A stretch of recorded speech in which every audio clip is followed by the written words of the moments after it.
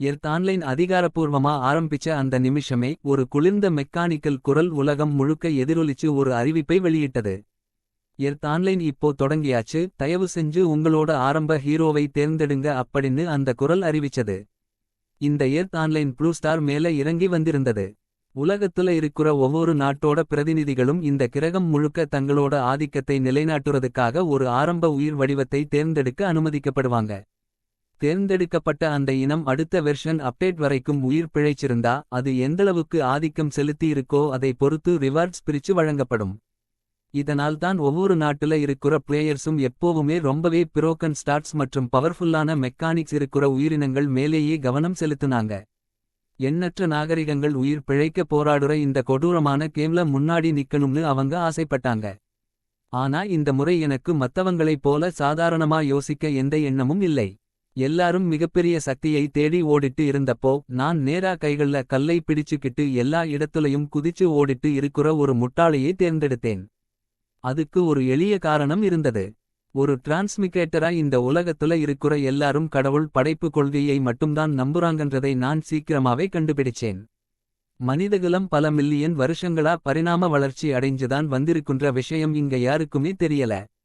அப்படின்னா வேற யார்கிட்டையும் இல்லாத ஒரு ரகசிய அறிவு என்கிட்ட இருக்குன்னு அர்த்தம். பரிணாம வளர்ச்சியை பத்தின என்னோட முழுமையான புரிதலை வச்சு இயற்கையோட உண்மையான ஆட்சியாளர் யாருன்னு இவங்களுக்கு காட்டணும்னு நான் உறுதியா இருந்தேன். இந்த உலகத்துக்கு வந்த உடனே இதுக்கு முன்னாடி இருந்த வெர்ஷனோட முடிவுகளை நான் பார்த்தேன். அந்த வெர்ஷன்ல இந்த நிலத்தோட அசைக்க முடியாத ஆட்சியாளர்களா மிகப்பெரிய தெய்வீக மிருகங்கள் தான் இருந்திருக்கு. அவங்களோட அசுர பலம் மத்த எல்லா போட்டியாளர்களையும் நசுக்கி உலகத்தையே அவங்க கட்டுப்பாட்டுல வச்சிருக்க உதவுச்சு. ஆனா திடீர்னு வானத்துல தோன்றுன ஒரு மிகப்பெரிய விண்கல் எல்லாத்தையும் தலைகீழ மாத்திருச்சு. அதுவரைக்கும் யாராலையும் தோற்கடிக்க முடியாம இருந்த டைனோசர் பேரரசே ஒட்டுமொத்தமா அழிஞ்சு போச்சு. நான் இதை பார்த்துட்டே இருக்கும்போது வானத்துக்கும் பூமிக்கும் நடுவுல ஒரு குளிர்ந்த மெக்கானிக்கல் குரல் திடீர்னு ஒலிச்சது. அதே நேரத்துல வானத்துல ஒரு மிகப்பெரிய ஸ்கிரீன் தோன்றுச்சு. மக்கள் எங்க நின்னாலும் வானத்தை அண்ணாந்து பார்த்தா அந்த ஸ்கிரீன் தெளிவா தெரியுற மாதிரி இருந்தது. எர்த் ஆன்லைன் விரிவான அப்டேட் அறிவிப்பு. முதலாவதாக எல்லா நாடுகளிலிருந்தும் நாகரிக கண்காணிப்பாளர்கள் தேர்ந்தெடுக்கப்படும் முறை அதிகாரப்பூர்வமா ஆரம்பிச்சாச்சு. தேர்ந்தெடுக்கப்பட்டவங்களோட லிஸ்ட் இன்னும் 3 நிமிஷத்துல வெளியாகும்.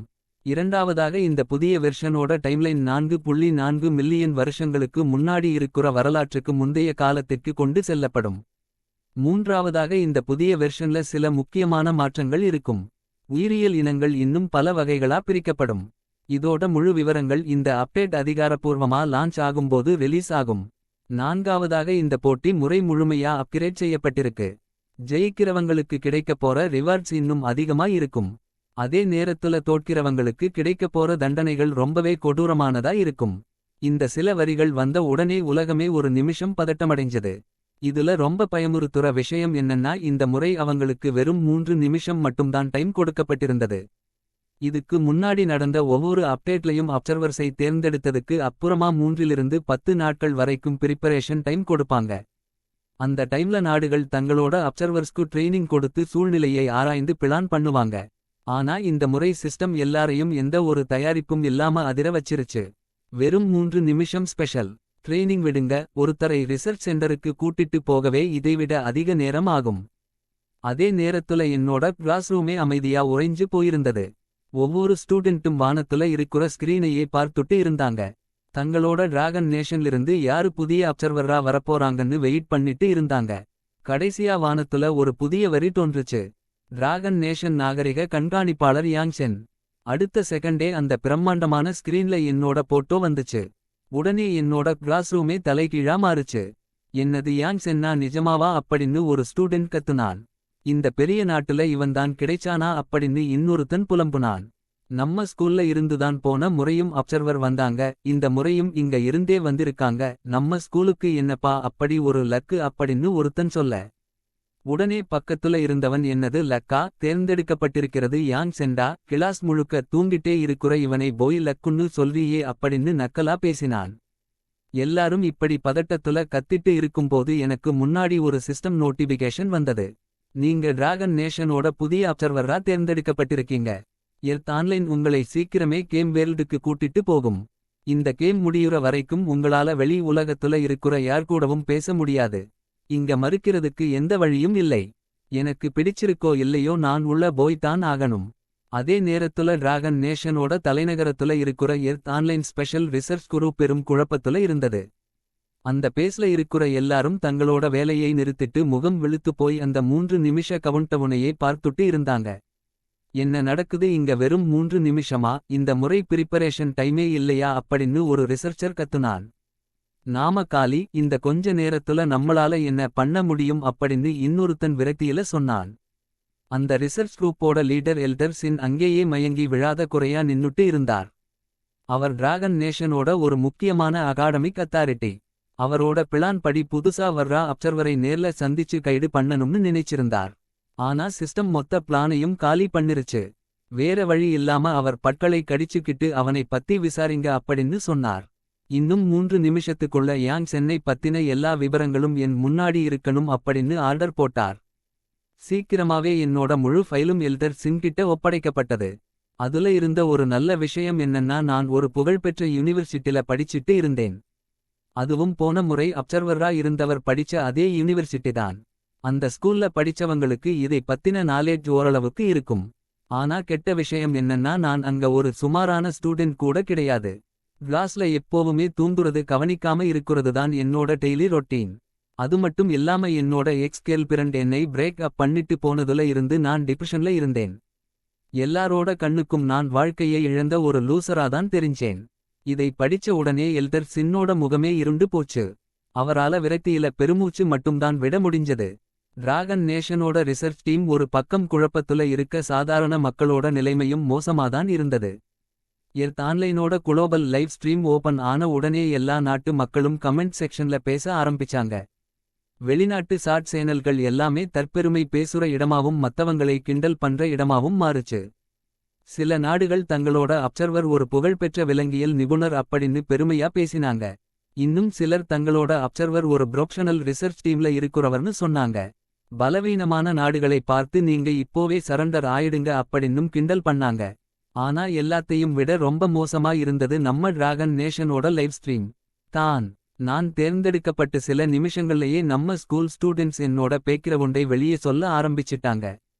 இவன் கிளாஸ்ல தூங்குவான், எப்போவுமே கனவு கண்டுட்டு இருப்பான், எர்த் ஆன்லைன் கோர்ஸ் நடக்கும்போது கூட தூங்குவான் அப்படின்னு எல்லாத்தையும் பரப்பிட்டாங்க. இந்த விஷயம் பரவுன உடனே ஒட்டுமொத்த நாடே அதிர்ச்சியில உறைஞ்சு போச்சு. ஏற்கனவே போன வெர்ஷன்ல தோத்து போனதுனால வந்த இயற்கை பேரிடர்கள்ல இருந்து டிராகன் நேஷன் இப்போதான் தப்பிச்சு வந்திருக்கு. இப்போ சிஸ்டம் வேற தோத்தா தண்டனை இன்னும் கொடூரமா இருக்கும்னு சொல்லிருக்கு. அப்படின்னா இந்த முறையும் டிராகன் நேஷன் தோத்துட்டா வரப்போற பேரழிவு கற்பனை செய்ய முடியாத அளவுக்கு இருக்கும். இதனால யாங் சென் ஒரு டாப் டயர் லூசர் மற்றும் டிராகன் நேஷனுக்கு கிடைச்ச மோசமான கார்டு அப்படிங்கிற வார்த்தைகள் ட்ரெண்டிங்ல வர ஆரம்பிச்சது. கோடிக்கணக்கான மக்கள் லைவ் ஸ்ட்ரீம்குள்ள வந்து ஸ்கிரீன்ல இருக்கிற என்னை ஒரு மாதிரியா பார்த்துட்டு இருந்தாங்க. ஆனா நான் எதை பத்தியும் கவலைப்படாம ரொம்ப அமைதியா என்னோட சூழ்நிலையை பார்த்துட்டு இருந்தேன். நிச்சயமா எல்லாரும் நம்பிக்கையை இழந்துடல. சில பேர் மத்த நாடுகளுக்கும் தான் தயாரிப்பு நேரம் கிடைக்கல, அதனால நமக்கு இன்னும் வாய்ப்பு இருக்கு அப்படின்னு வாதாடுனாங்க. இன்னும் சிலர் நம்ம மண் எப்போவுமே அதிசயங்களை நிகழ்த்தும், கடைசி நிமிஷம் வரைக்கும் நாம தோல்வியை ஒத்துக்க கூடாது அப்படின்னு சொன்னாங்க. ஆனா அந்த நேரத்துல சிஸ்டம் என்னை ஒரு ஸ்பெஷல் விர்ச்சுவல் ஸ்பேஸ்க்கு கூட்டிட்டு போயிருச்சு. அங்க உலகத்தோட நூற்றுக்கணக்கான நாகரிக கண்காணிப்பாளர்கள் ஒன்னா கூடி இருந்தாங்க. ஒவ்வொருத்தரோட தலைக்கு மேலையும் தங்களோட நாட்டோட கொடி பறந்துட்டு இருந்தது. வெளி உலகத்துல இருக்கிற ஸ்கிரீனும் இதை ரியல் டைம்ல லைவா காட்டிட்டு இருந்தது. கொஞ்ச நேரத்துல மக்கள் தங்களுக்குள்ள குரூப் ஃபார்ம் பண்ண ஆரம்பிச்சாங்க. ஒரே மாதிரியான நாடுகள் ஒன்னா சேர்ந்தாங்க. பியூட்டிஃபுல் நேஷன் அப்சர்வரை சுத்தி ஒரு பெரிய கூட்டமே சேர்ந்தது பார்க்கவே அவங்க ரொம்ப பவர்ஃபுல்லா தெரிஞ்சாங்க. என்னோட பக்கமும் சில பிரதிநிதிகள் வந்தாங்க. ஆனா அவங்க எல்லாரும் மிடில் ஈஸ்ட், ஆப்பிரிக்கா மற்றும் சில சின்ன நாடுகள்ல இருந்து வந்தவங்கதான். அவங்களோட எண்ணிக்கை ரொம்பவே கம்மியா இருந்தது. ஆனா எல்லாரையும் விட சிஸ்டம் அறிவிச்ச ஒரு புதிய விதிதான் எல்லாருக்கும் பெரிய எனர்ஜியை கொடுத்தது. நாகரிக கண்காணிப்பாளர்களாகிய நீங்க உங்களோட உயிர் இனத்தோட வளர்ச்சியில ஒரு குறிப்பிட்ட அளவுக்கு தலையிடலாம். இந்த தலையீடு மூலமா அந்த இனத்தோட வரலாற்று பாதையையும் அதோட பரிணாம வளர்ச்சியோட திசையையும் கூட உங்களால மாத்த முடியும். ஆனா இந்த தலையீடு 3 முறைக்கு மேல் இருக்கக்கூடாது. மேலும் நீங்க தலையிடும்போது வெளி உலகத்துல இருக்கிற உங்களோட ரிசர்ச் டீமோட உதவியையும் நீங்க நாடலாம். இந்த வார்த்தைகள் வந்த உடனே எல்லா அப்சர்வர்ஸோட கண்ணும் பிரகாசமாச்சு. இதுக்கு முன்னாடி இருந்த வெர்ஷன்ல அப்சர்வர்ஸ்கள் வெறும் பார்வையாளர்களா மட்டும்தான் இருந்தாங்க. அவங்களால எதையும் மாத்த முடியாது. ஆனா இந்த புதிய விதி எல்லாத்தையும் மாத்திருச்சு. அவங்களோட இடப்பெயர்வு உடலமைப்பு பரிணாம வளர்ச்சி எல்லாத்தையும் இப்போ அவங்களால கட்டுப்படுத்த முடியும். பலமான நாடுகளுக்கு இது ஒரு பெரிய பிளஸ். ஏன்னா அவங்களோட ரிசர்ச் டீம் இப்போ கேம்ல நேரடியா உதவ முடியும். இனிமே வெற்றிங்கிறது வெறும் லக்கை பொறுத்தது கிடையாது, அது உங்களோட ஸ்ட்ராட்டஜியை பொறுத்தது. டிராகன் நேஷனோட ரிசர்ச் ஹெட் குவார்ட்டர்ஸ்ல எல்டர் சின் இப்போதான் நிம்மதி பெருமூச்சு விட்டார். அவர் உடனே எல்லாரையும் அலர்ட் பண்ணி யாங்சென் எப்போ உதவி கேட்டாலும் அவனுக்கு தேவையான எல்லா டேட்டாக்களையும் உடனே ரெடி பண்ணி கொடுங்க அப்படின்னு ஆர்டர் போட்டார். ஆனா மத்தவங்களை விட இதுல இருக்கிற ஒரு பெரிய ஆபத்தை நான் தெளிவா பார்த்தேன். பாக்குறதுக்கு இந்த தலையீடு ஒரு பெரிய வாய்ப்பு போல தெரிந்தாலும் நிஜத்துல இது ஒரு பெரிய பொறி. பரிணாம வளர்ச்சியில தலையிடுறது கேம்ல ஸ்டார்ட்ஸ் பாயிண்ட்ஸ் போடுற மாதிரி கிடையாது. பலத்தை கூட்டுறதுனாலையோ வேகத்தை கூட்டுறதுனாலையோ மட்டும் ஒரு இனத்தால எல்லா சூழ்நிலைகளையும் தாங்கி வாழ முடியாது. பெரிய உடலமைப்பு இருந்தா மட்டும் ரொம்ப நாள் உயிர் வாழ முடியாது. வரலாற்றுல ரொம்ப பவர்ஃபுல்லா தெரிஞ்ச பல இனங்கள் இயற்கையாலையும் உணவுச் சங்கிலியாலையும் இரக்கமில்லாம அழிக்கப்பட்டிருக்கு. சுருக்கமா சொல்லணும்னா இந்த 3 வாய்ப்புகளையும் தப்பா பயன்படுத்தினா அந்த இனம் சீக்கிரமாவே அழிஞ்சு போயிரும். அதனால் நான் எனக்குள்ளே சொல்லிக்கிட்டேன், ரொம்ப கவனமா இருக்கணும். சீக்கிரமாவே அந்த புதிய வெர்ஷனோட ப்ரிவியூ ஆரம்பிச்சது. டைம்லைன் 4.4 மில்லியன் வருஷங்களுக்கு முன்னாடி போகும்னு சிஸ்டம் சொல்லியிருந்தாலும் ப்ரிவியூ முதல்ல போன வெர்ஷனோட முடிவுல இருந்துதான் ஆரம்பிச்சது. வானத்துல ஒரு மிகப்பெரிய விண்கல் வந்து விழுகுறதும் டைனோசர்கள் அழியுறதும் பூமி மெதுவா அந்த அழிவில இருந்து மீண்டு வர்றதும் தெரிஞ்சது. அதுக்கப்புறம் பல மில்லியன் வருஷங்கள் கண் இமைக்குற நேரத்துல கடந்து போச்சு. அந்த அழிவுக்கு அப்புறமா தப்பிச்சது எல்லாமே சின்ன பாலூட்டிகள் தான். ஏன்னா அதுங்களுக்கு சூழ்நிலைக்கு ஏத்த மாதிரி மாறுற குணம் இருந்தது. காலம் மாற மாற உலகத்தோட வெப்பநிலை சூடாச்சு, காடுகள் பரவுச்சு, பாலூட்டிகள் பெரிய அளவுல வளர ஆரம்பிச்சது. எல்லாரோட கவனத்தையும் முதல்ல ஈர்த்தது யானை குடும்பம் தான். அதுக்கப்புறம் டினோதெரிஸ் வந்தாங்க.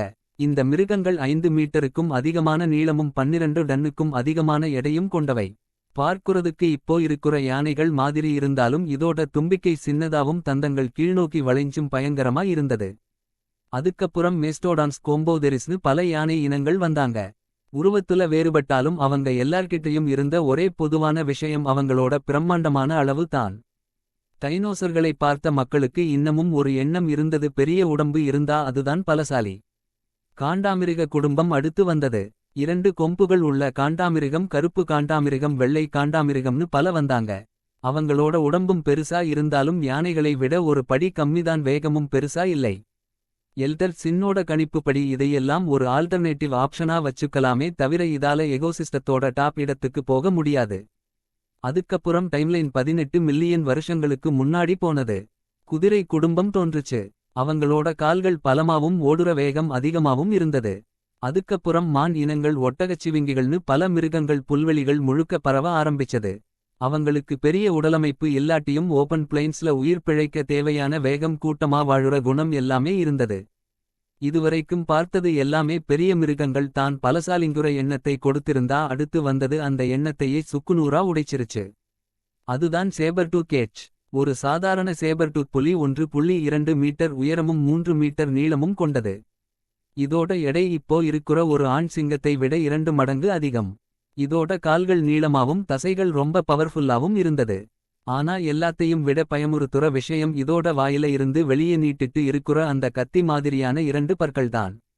அந்த ஸ்கிரீன்ல இந்த புலி இனம் தங்களை விட பல மடங்கு பெரிய யானை போன்ற மிருகங்களை எப்படி வேட்டையாடுதுன்றத நேரடியா காட்டினாங்க. வேகம், பலம், வேட்டையாடும் திறன் எல்லாமே அதுங்ககிட்ட டாப் லெவல்ல இருந்தது. இதை பார்த்த மக்களுக்கு ஒரே அதிர்ச்சி. எகோசிஸ்டத்தோட டாப் இடம் வெறும் பெரிய தாவரணிகளுக்கு மட்டுமானது கிடையாது, அது இந்த மாதிரி ஏஃபெக்ஸ் பிரிடேட்டர்ஸ்க்கும் ஆனதுதான் அப்படின்றது நிரூபணமாச்சு. இந்த சேபர்டூத் கேட்ஸ்ல பல வகைகள் இருந்தது. ஃபால்ஸ் சேபர்டூத், ஜெயிண்ட் சேபர்டூத், பிளேட் டூத்னு எல்லாமே பயங்கரமான வேட்டைக்காரங்களா இருந்தது. எல்டர் சின்னோட பார்வையும் இப்போ மாறுச்சு. அவரோட கணிப்புப்படி இந்த வெர்ஷன்ல யானைகளை விட இந்த சேபர்டூத் புலிகள் தான் சரியான சாய்ஸா இருக்கும்னு நினைச்சார். ஆனா சிஸ்டம் இதோட நிறுத்தல. அடுத்து கரடிகள் வந்தாங்க. அப்போ அவங்களோட முன்னோர்கள் வெறும் 1 மீட்டர் நீளம்தான் இருந்தாங்க. காடுகள்ல பூச்சிகளையும் பழங்களையும் சாப்பிட்டு வாழ்ந்தாங்க. அதுக்கப்புறம் ஜெயிண்ட் ஹண்டிங் டாக்ஸ் வந்தாங்க. அவங்க இப்போ இருக்கிற ஹைனாக்களை விட பல மடங்கு பெருசாவும் பெரிய மிருகங்களையே வேட்டையாடுற திறன் கொண்டவங்களாவும் இருந்தாங்க. அடுத்து தண்ணிக்குள்ள இருக்கிற புருசரஸ் அப்படிங்கிற ஒரு பிரம்மாண்ட முதலை இனம் வந்தது. அது 11 மீட்டர் நீளமும் 6 டன்னுக்கும் அதிகமான எடையும் கொண்டது. உலகத்துலயே மிக கொடூரமான பைட் ஃபோர்ஸ் கொண்டது அதுதான். அதுக்கப்புறம் போனாம்பி அப்படிங்குற பிரம்மாண்ட பாம்பு, அர்ஜென்டினாவின் ஜெயிண்ட் ஈக்லனு பல வந்தாங்க. ஆனா காட்சி கடலுக்குள்ள மாறினப்போ எல்லாரோட மூச்சையும் நிறுத்த வைக்கிற மாதிரி ஒரு மிருகம் வந்தது. அதுதான் மெகலாடான். 20 மீட்டருக்கும் அதிகமான நீளமும் 90 டன்னுக்கும் அதிகமான எடையும் கொண்ட இதோட வாய் மட்டுமே 3 மீட்டர் விட்டம் கொண்டது. நிலத்துல இருந்து டைனோசர்கள் அழிஞ்சாலும் கடலுக்குள்ள இந்த பிரம்மாண்ட மிருகங்கள் இன்னும் ராஜாவாத்தான் வாழ்ந்துட்டு இருக்குன்றதை அது நிரூபிச்சது. இதோட பைட் ஃபோர்ஸ் மற்றும் அசுர பலம் பல நாடுகளோட கவனத்தை ஈர்த்தது. இப்படி யானை, சேபர்டூத் புலி, மெகலாடான்னு எல்லாமே பவர்ஃபுல்லான ஆப்ஷன்ஸா லிஸ்ட்ல இருந்தது. எல்லாரும் எதை தேர்ந்தெடுக்கலாம்னு யோசிச்சுட்டு இருக்கும்போது சிஸ்டம் டைம்லைனை திடீர்னு 5.8 மில்லியன் வருஷங்களுக்கு முன்னாடி கொண்டு போச்சு. இப்போ காட்சிகள் காடுகள் மற்றும் கடல்ல இருந்து மாறி ஒரு சாதாரண புல்வெளியோட ஓரத்துக்கு வந்தது. அங்க மரங்களுக்கு நடுவுல ரொம்ப சின்ன பலவீனமான சில குரங்கு மனிதர்கள் பயந்து வாழ்ந்துட்டு இருந்தாங்க. அவங்களால கொஞ்ச நேரம் மட்டும்தான் நிமிர்ந்து நிற்க முடியும். மத்த நேரங்கள்ல மரங்கள்ல கைகளை வச்சுதான் தாவி போனாங்க. ரொம்ப பயந்த சுபாவம் கொண்ட அவங்க சின்ன சத்தம் கேட்டா கூட நடுங்கிடுவாங்க. பழங்களை மட்டும்தான் சாப்பிடுவாங்க. பலம், வேகம், அளவு, இதுல எதை எடுத்தாலும் இதுக்கு முன்னாடி பார்த்த மிருகங்களுக்கு முன்னாடி இவங்க ரொம்பவே சப்பையானவங்க. பார்க்கவே ரொம்ப பாவமா இருந்தது. அவங்களோட பேர்தான் ஆர்டிபிதேகஸ், நம்மளோட முன்னோர்கள். அவங்க எவ்வளவு பலவீனமா இருந்தாங்கன்னா தரையில கால் வைக்க கூட பயந்து மரங்கள்லேயே வாழ்ந்தாங்க. டைம்லைன் இன்னும் வேகமா ஓடி கடைசியா 4.4 மில்லியன் வருஷங்களுக்கு முன்னாடி வந்து நின்னது. சிஸ்டத்தோட குரல் திரும்பவும் ஒலிச்சது. பெரிய மிருகங்களின் காலம் முடிஞ்சிருச்சு. இப்போ புள்ளி காலம் ஆரம்பிச்சிருக்கு. உங்களுக்கு 30 நிமிஷம் டைம் இருக்கு. அதுக்குள்ள உங்களோட உயிர் இனத்தை தேர்ந்தெடுங்க. அறிவிப்பு முடிஞ்ச உடனே விர்ச்சுவல் ஸ்பேஸ்ல இருந்த எல்லாரும் கேம் வேர்ல்டுக்குள்ள போக ஆரம்பிச்சாங்க. ஒரு பெரிய வெளிச்சத்துக்கு அப்புறமா நான் கேங்கரூ 4.4 மில்லியன் வருஷங்களுக்கு முன்னாடி இருக்கிற ஒரு புல்வெளியில் நின்னுட்டு இருந்தேன். காத்து ரொம்பவே பிரஷா இருந்தது. தூரத்துல பெரிய மிருகங்கள் ஓடிட்டு இருந்தது தெரிஞ்சது. இப்போ ஆபிஷியல் செலக்ஷன் ஆரம்பிச்சாச்சு. இங்க இருக்குற விதி என்னன்னா, ஒரே இனத்தை ஒன்றுக்கும் மேற்பட்ட நாடுகள் தேர்ந்தெடுத்தா சிஸ்டம் அவங்களுக்குள்ள ஒரு ரேண்டம் போட்டியை வைக்கும். அது ராக் பேப்பர் சிஸ்ஸர்ஸா இருக்கலாம், அறிவு கூர்மை போட்டியா இருக்கலாம், அல்லது சண்டையா கூட இருக்கலாம். அதுல ஜெயிக்கிறவங்களுக்குத்தான் அந்த இனம் கிடைக்கும். தோக்குறவங்க வேற இனத்தை தேடணும். 30 நிமிஷத்துக்குள்ள எதையும் தேர்ந்தெடுக்காட்டி சிஸ்டமே ரேண்டமா ஏதாவது ஒரு இனத்தை கொடுத்துரும். டிராகன் நேஷனோட லைவ் ஸ்ட்ரீம்ல இருக்குற மக்கள் எல்லாரும் சேபர்டூத் புலியைத்தான் தேர்ந்தெடுக்கணும்னு கத்திட்டு இருந்தாங்க.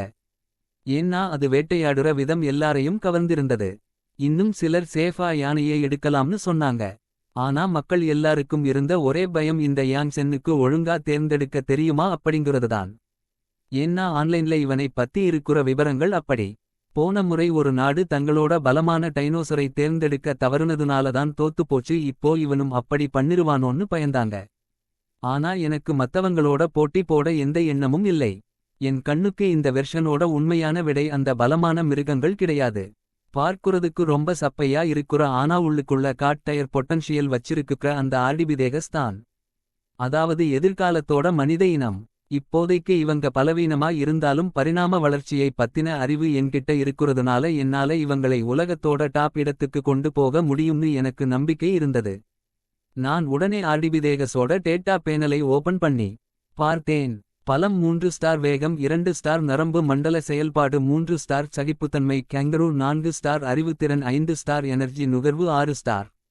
இந்த ஸ்டாட்ஸை பார்த்தா யாருக்குமே பிடிக்காது. பலமும் கம்மி, வேகமும் கம்மி. அறிவுத்திறன் 5 ஸ்டார் இருந்தாலும் அதுக்கு தேவையான சாப்பாடு 6 ஸ்டாரா இருக்கு. அதாவது இவங்களுக்கு நிறைய சாப்பாடு தேவைப்படும், ஆனா அதுக்கேத்த பலம் இருக்காது. இயற்கையோட விதிப்படி இது சீக்கிரமே அழிய வேண்டிய ஒரு இனம். இதை ரிசர்ச் டீம்ல பார்த்துட்டு இருந்த எல்டர் சின் ரொம்பவே பதட்டமடைஞ்சார். ஏன்னா இதுக்கு நேர் பக்கத்துல இருக்குற சேபர்டூத் புலியோட ஸ்டாட்ஸ் பலம் 7 ஸ்டார், வேகம் 5 ஸ்டார்னு பார்க்கவே அசுரத்தனமா இருந்தது. யானை குடும்பத்தோட பலம் 9 ஸ்டார் வரைக்கும் இருந்தது. எல்டர் சின் நான் சும்மா விளையாட்டுக்கு பார்த்துட்டு இருக்கேன்னு நினைச்சார். நான் அதுக்கப்புறம் ஒரு 10 மிருகங்களோட டேட்டாவை சும்மா செக் பண்ணி பார்த்தேன். அதை பார்த்த உடனேதான் ரிசர்ச் டீம்க்கு கொஞ்சம் நிம்மதி வந்தது. அப்பாடா, இவன் கம்பேர் பண்ணிதான் பார்க்குறான் அப்படின்னு நினைச்சாங்க. ஆனா நிஜத்துல நான் என்னோட முடிவு ஏற்கனவே முடிவு பண்ணிட்டேன். நான் உடனே ஆர்டிபிதேகஸ் இருக்குற இடத்தை செலக்ட் பண்ணி டெலிபோர்ட் ஆனேன். அடுத்த செகண்டே நான் ஒரு அடர்ந்த காடோட ஓரத்துல வந்து நின்னேன். ஆனா எனக்கு பக்கத்துல இருக்கிற ஒரு ஏரிக்கு பக்கத்துல பெரிய கூட்டமே இருந்தது. உலகத்தோட டாப் 7-8 அப்சர்வர்ஸ் அங்க நின்னுட்டு இருந்தாங்க. பியூட்டிஃபுல் நேஷனோட டேவிட் பியர் நேஷனோட நடாஷா சகுரா நேஷனோட யமமோட்டோ டெட்சியான்னு எல்லாரும் அங்க இருந்தாங்க. ஏன்னா அதுதான் சேபர்டூத் புலி வாழுற இடம். உலகத்தோட மோஸ்ட் வாண்டட் இனத்துக்காக அவங்க அங்க சண்டை போட ரெடியா இருந்தாங்க. நான் அங்க போன உடனே எல்லாரும் என்னை ஒரு மாதிரியா பார்த்தாங்க. மமோட்டோவோட கண்ணுல ஒரு பகைமை தெரிஞ்சது. டேவிடும் என்னை ஒரு போட்டியாளனா நினைச்சு அலர்ட் ஆனான். ஆனா நடாஷா மட்டும் என் பக்கத்துல வந்து தங்களோட கூட்டணி வச்சுக்கலாமென்ற மாதிரி கையை நீட்டினாள். அவளுக்கு சேபர்டூத் புலிக்காக என் கூட சேர்ந்து சண்டை போட விருப்பம் இருந்தது. ஆனா அவ எதையும் பேசுறதுக்கு முன்னாடி நான் ரொம்ப சாதாரணமா கையை அசைச்சு நீங்க உங்களுக்குள்ள சண்டை போட்டுக்கோங்க, எனக்கு ஏற்கனவே என்னோட டார்கெட் கிடைச்சிருச்சு, அதனால நான் இதுல தலையிட மாட்டேன் அப்படின் சொல்லிட்டு அங்க இருந்து கிளம்புனேன். நான் அந்த இடத்தை விட்டு அப்படியே நடந்து போனதை பார்த்து அங்க இருந்த அப்சர்வர்ஸ் மட்டுமில்ல லைவ் ஸ்ட்ரீம் பார்த்துட்டு இருந்த உலக மக்களே அதிர்ச்சியில உறைஞ்சு போனாங்க. இந்த வெர்ஷனோட டாப் இனமான சேபர்டூத் புலி முன்னாடி இருந்தும் இவன் அதை கண்டுக்காம போறானேன்னு எல்லாரும் குழம்புனாங்க. ஜெயிக்கிறோமோ இல்லையோ ஒரு முறை முயற்சி கூட பண்ணாம போறானேன்னு மக்கள் திட்ட ஆரம்பிச்சாங்க. ஆனா நான் எதைப்பத்தியும் கவலைப்படாம முன்னாடி நடந்து போயிட்டே இருந்தேன். கொஞ்ச நேரத்துல அவங்களும் என் மேல இருக்கிற கவனத்தை விட்டுட்டாங்க. ஏன்னா டைம் முடியுற அந்த கடைசி 10 நிமிஷம் வந்த உடனே ஒரே இனத்தை தேர்ந்தெடுத்த எல்லாரையும் சிஸ்டம் சண்டையிட வைக்கப் போகுது.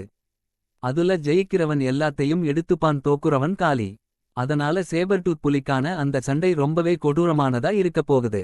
அதே நேரத்துல நான் என்னோட இலக்கை நோக்கி மெதுவாக நகரத் தொடங்கினேன்.